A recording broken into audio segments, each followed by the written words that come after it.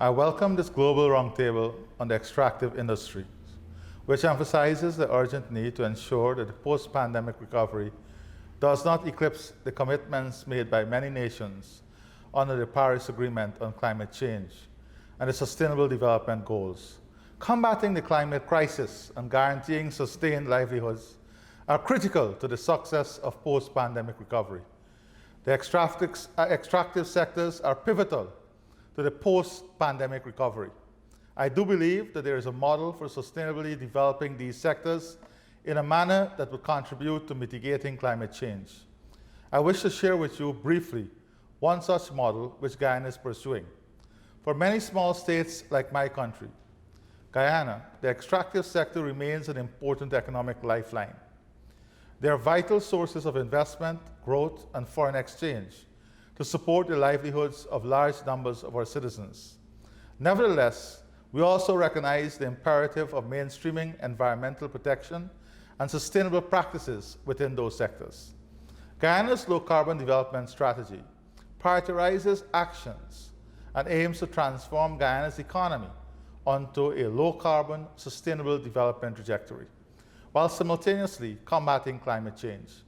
By adopting this strategy, Guyana Forests will continue to provide environmental services to help in mitigating climate change. The LCDS promotes the sustainable development of our extractive sectors in order to ensure low levels of deforestation and forest degradation.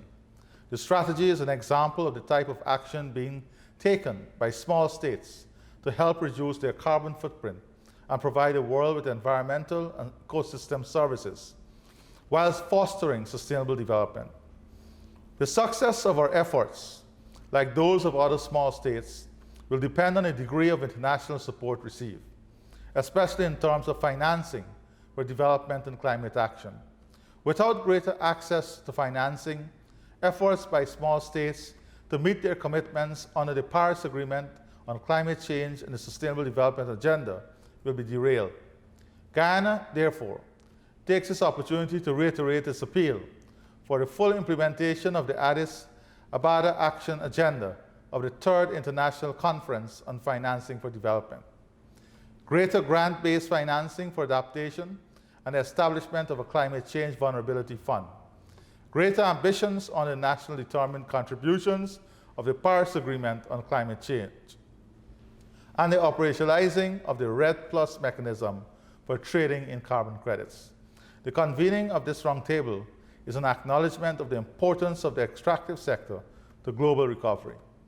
With the support of the international community, including the United Nations system, the extractive sectors can provide the surety that post-pandemic recovery does not derail sustainable development or the efforts to stem the climate crisis. I thank you.